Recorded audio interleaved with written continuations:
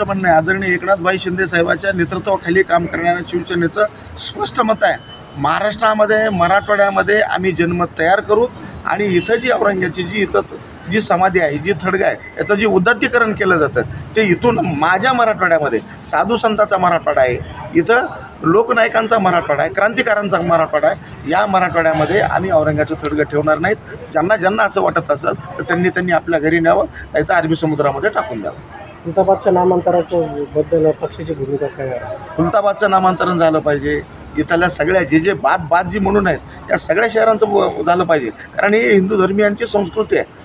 जसं बेरोजगारांच्या प्रश्नाच्या संबंधाने आवर्जून आपण विचारतो किंवा विचार केला जातो, तसं संस्कृतीच्या बाबतीतही बोललं पाहिजे ना. संस्कृती आपण जतन केली तर आपली भविष्यामध्ये ओळख होणार आहे, आणि भविष्यात जर आपली ओळख जर त्याच पद्धतीनं होत असेल तर इथला हिंदू म्हणून घेण्याचा शिवसेनेला किंवा इथल्या कुठल्याच लोकांना अधिकार राहू शकत नाही. अडचण काय तुम्हाला औरंगाचं थडगं काढण्यासाठी? त्यांनी असा एक आक्षेप घेतला का फक्त महाराष्ट्रामध्येच शहराचं नामांतरण होतं.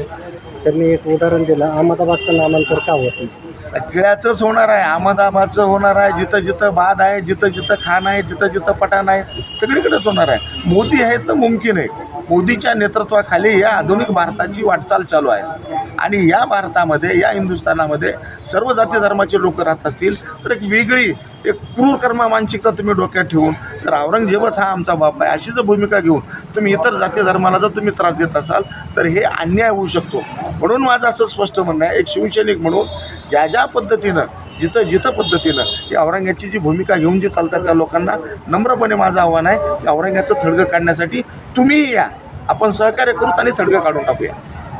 काय आव्हान करतात?